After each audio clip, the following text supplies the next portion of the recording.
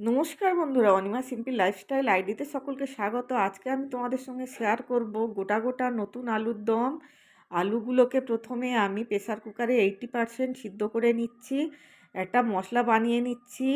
পেঁয়াজ, আদা, রসুন, টমেটো আর কাঁচা লঙ্কা কড়াইতে সরষের তেল গরম করতে দিয়ে হলুদ দিয়ে আমি আলুগুলোকে ভেজে তুলে নিচ্ছি। ওই তেলের মধ্যে তেজপাতা, শুকনো লঙ্কা, গোটা গরম মশলার ফোড়ন দিয়ে দিলাম একটু চিনি, পেস্ট করা মশলাগুলো দিয়ে দিলাম, লঙ্কার গুঁড়ো, হলুদ গুঁড়ো, জিরের গুঁড়ো, ধনের গুঁড়ো দিয়ে ভালো করে কষিয়ে নিলাম। তেল ছেড়ে যেতে আলু আর কড়াইশুঁটি দিয়ে দিলাম, দিয়ে লবণ দিয়ে আর গরম জল দিয়ে 10 মিনিট ঢাকা চাপা দিয়ে রান্না করে নিলাম। নামাবার আগে দিয়ে দিলাম গরম মশলা আর ধনেপাতা। রেডি আমার গোটা গোটা আলুর দম। এবারে আমি টেস্ট করে দেখি।